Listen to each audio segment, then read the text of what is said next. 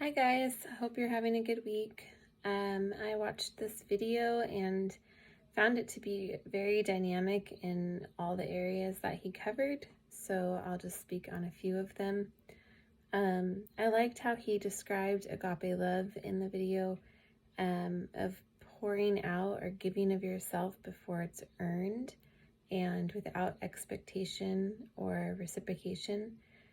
That's a big one. To really love on that level requires us to be vulnerable and requires us to be willing to be hurt, to be disappointed, and also just to remain humble in the fact that we move forward and we move on and we offer support and encouragement and mentoring, parenting, and all the facets that can come out in, with not expecting our identity to be shaped by the circumstances or experiences, but solely off of who God says we are, and remembering that our worth comes from Him.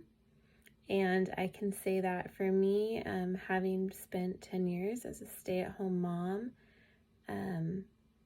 trying to do school on and off and maybe subbing or doing side jobs here and there, that it can be pretty lonely. And a big part of my identity was how I felt I was reflected in the way my children behaved, their actions, their choices. And just remembering having wise mamas that were a little bit ahead of me confirm that, we pour in and we do what we can, but ultimately they have their own free will and are going to make choices that cause us hurt, but that doesn't mean we love them any less.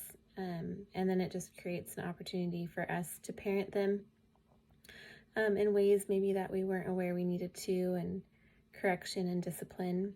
And I find it interesting. I have a 17-year-old as my oldest, and he's excited about next year being a senior and looking at colleges and going on tours, which are all great and exciting things. And it's different to see how things change as we view, these choices and these times where we've helped mold and direct and guide him into choosing to release him and let him make some of his own choices now.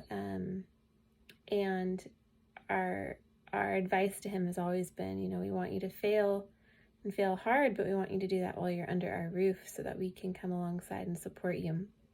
And so that's a different type of love. That kind of love can feel strange, I guess. And looking back, I think that the only way I was able to adapt this type of response and love was through becoming a believer and having others pour into me as a young adult, because I didn't have that being raised and being raised up. And I had a very dynamic household, and the fact that how you were treated, how you were loved, was based on how you performed or what you did or didn't do, or how my parents' feelings were at the moment versus being steady and secure in that. So I look at it from the lens, as far as my essays, to appreciate the stories that have helped shape and grow me,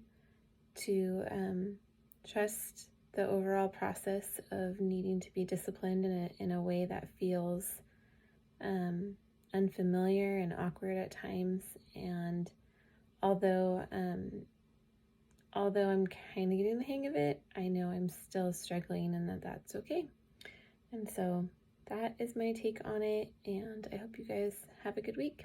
Thanks.